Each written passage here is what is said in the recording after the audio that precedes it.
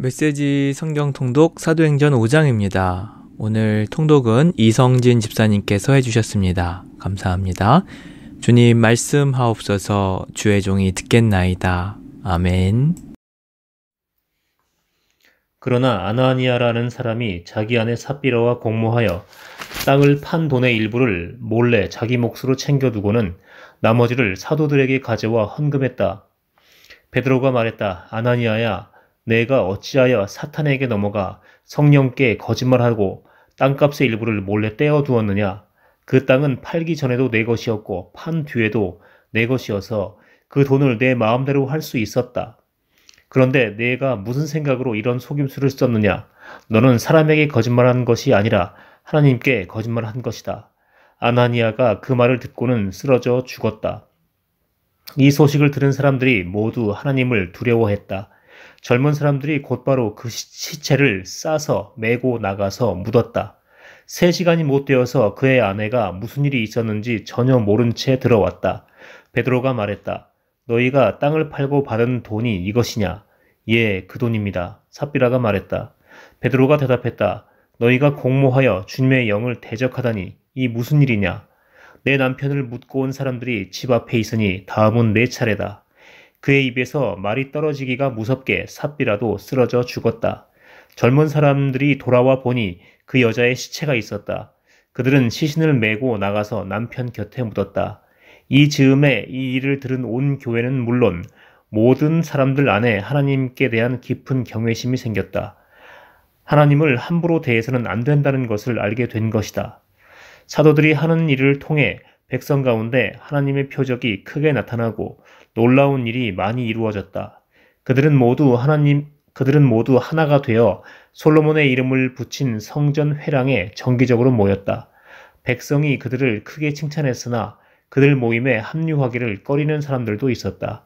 한편 주님을 믿는 사람들은 남녀 할 것 없이 도처에서 더 늘어났다.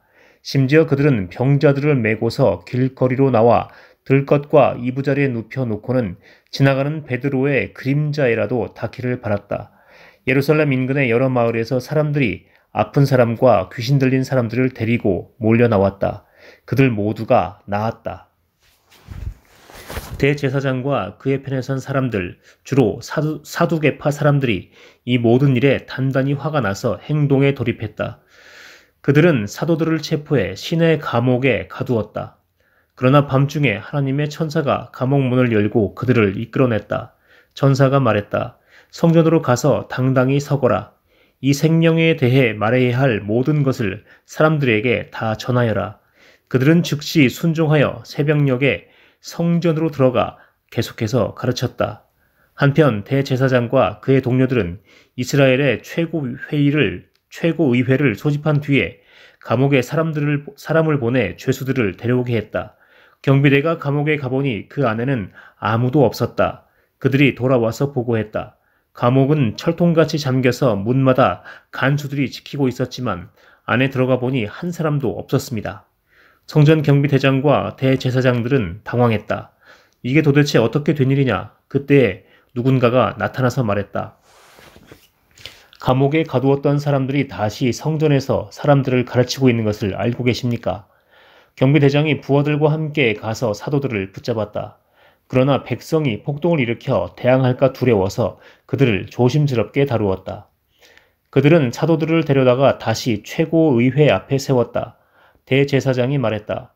우리가 너희에게 예수의 이름으로 가르치지 말라고 엄히 명령하지 않았더냐. 그런데 너희는 너희 가르침으로 예루살렘을 가득 채우고는 그 사람의 죽음을 기어이 우리 탓으로 돌리려 하고 있다. 베드로와 사도들이 대답했다. 사람보다 하나님께 순종하는 것이 당연합니다. 여러분이 십자가에 매달아 죽인 그 예수를 우리 조상의 하나님께서 다시 살리셨습니다. 그 하나님께서 이스라엘에게 변화된 삶과 죄 용서의 선물을 주시려고 예수를 왕과 구주로 삼아 그분 오른편 높은 곳에 두셨습니다. 우리는 이 일의 증인들입니다. 하나님이 그분께 순종하는 이들에게 주시는 성령께서도 이 모든 일을 확증해 주십니다. 그들은 이 말을 듣고 격분하여 그 자리에서 당장 사도들을 죽이려고 했다. 그러자 최고의회 의원인 가말리엘이라는 바리새인이 자리에서 일어섰다. 하나님의 율법을 가르치는 교사로 모든 사람의 존경을 받고 있던 그는 잠시 사도들을 밖으로 내보내고 나서 이렇게 말했다. 동료 여러분, 이들을 대할 때 조심하십시오. 얼마 전 드다가 대단한 사람인 양 행세하다가 잠깐 유명해져서 400명 정도를 끌어모은 일이 있습니다. 그러나 그가 죽임을 당하자 추종자들도 흩어지고 결국 흐지부지 되고 말았습니다. 그 일이 있고 나서 얼마 후 인구조사 때에는 갈릴리 사람 유다가 나타나서 세력을 불렸으나 그 역시 용두사미로 끝났고 그를 따르던 사람들도 뿔뿔이 흩어지고 말았습니다. 그래서 하는 말입니다.